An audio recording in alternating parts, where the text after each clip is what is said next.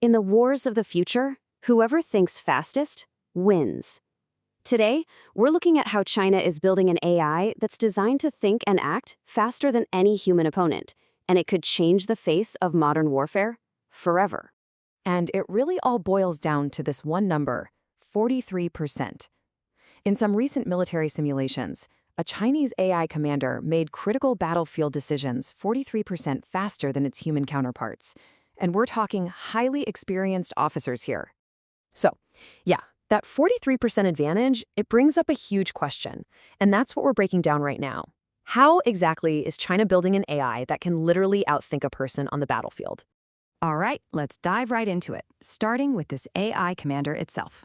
So that 43% number, it comes from a really complex war game simulating an amphibious landing. The exact kind of high-stakes operation people talk about in a potential Taiwan scenario. And this AI wasn't going up against rookies.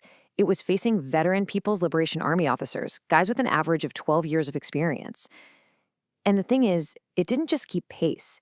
It consistently made decisions faster and, more importantly, better. They've nicknamed this thing the Digital Chief of Staff, and what it does is pretty wild. It operates at the battalion level, so it's right there in the middle of the fight. Its main job is to spot critical information gaps, basically the things a human commander doesn't know but absolutely needs to know. Like in one simulation, it noticed that some enemy forces that were supposed to be somewhere weren't there. It flagged that as a huge risk and told the human commander to send scouts to a specific location. And guess what? That's right where a hidden ambush was waiting. It cuts through all the noise, keeps its data over 90% accurate even when communications are jammed, and just gives the commander the clearest picture possible. But you gotta understand, this Digital Chief of Staff, it isn't just some one-off gadget. No, it's really the tip of the spear for a much, much bigger strategic shift.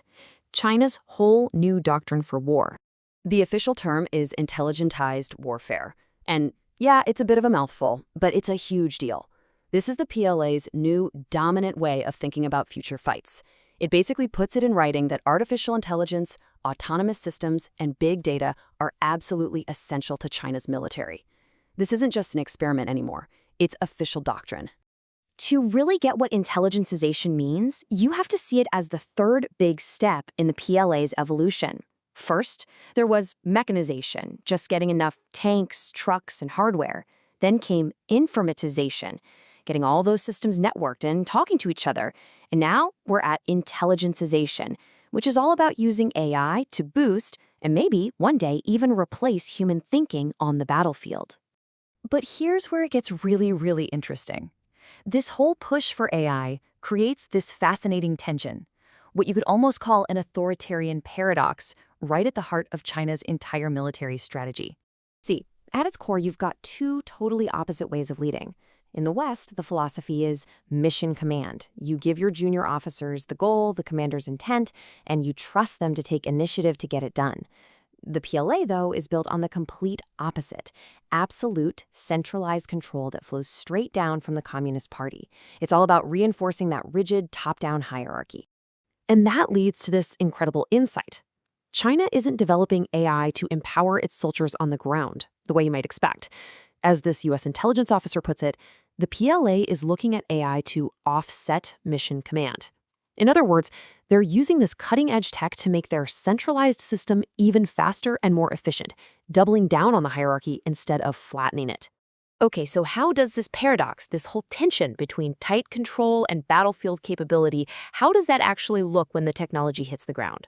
Well, the why behind this huge AI push is pretty revealing, and it comes from the PLA's own internal worries.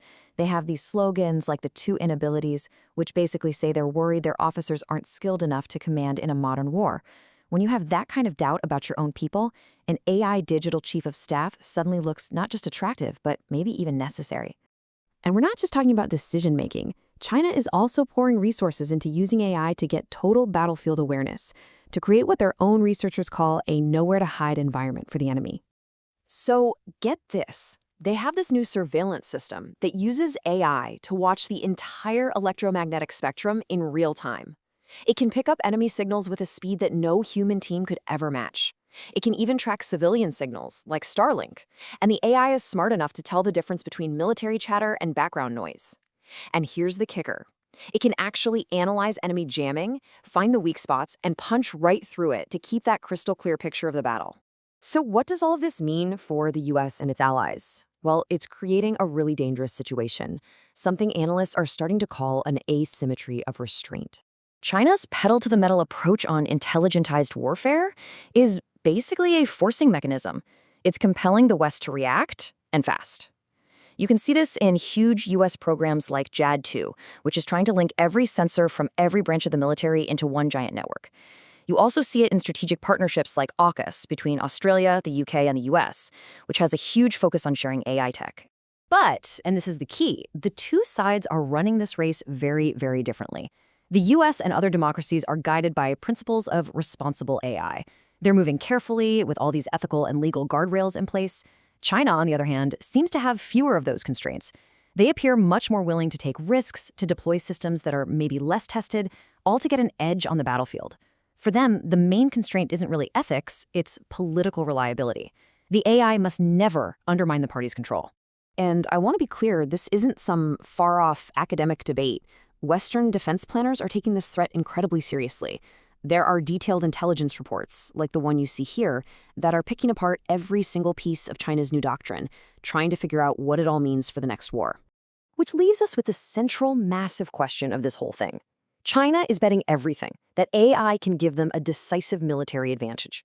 But they're building all that power on this rigid foundation of absolute political control. So at the end of the day, which one wins out? The drive for battlefield capability, or the party's ironclad, non-negotiable demand for control? That's the paradox that's going to define the future of China's military, and it might just be the most important strategic question of our time.